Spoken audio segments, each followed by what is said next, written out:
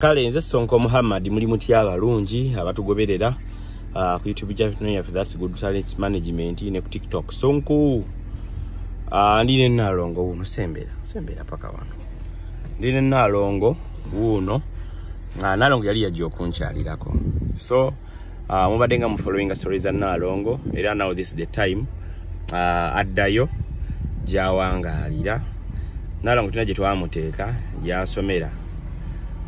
osoma chimpozi ebyenviri so tumuzayo right now agenda settling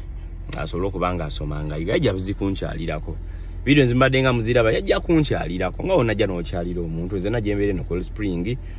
ne family yange so addayo mujja wa mutoni asome Leto jabatu bakola stories nabazigenda ziddako masa ngo tubalagawo wana abatuuse bina bitambula bitya and so on paka tunamaliriza stories affe oba paka at the end chema bijagenda okukomekereza nga Nalongo nga ina watuuse ko nga sobola okukola ne yebeezaawo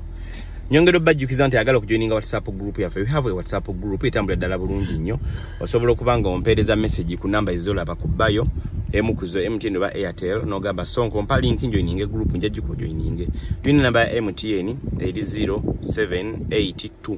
95 21 55 twine namba ya Airtel 0706 79 47 29 kitegedde nekyalo mwala liyo ngosobola okukola ngo yagala okukola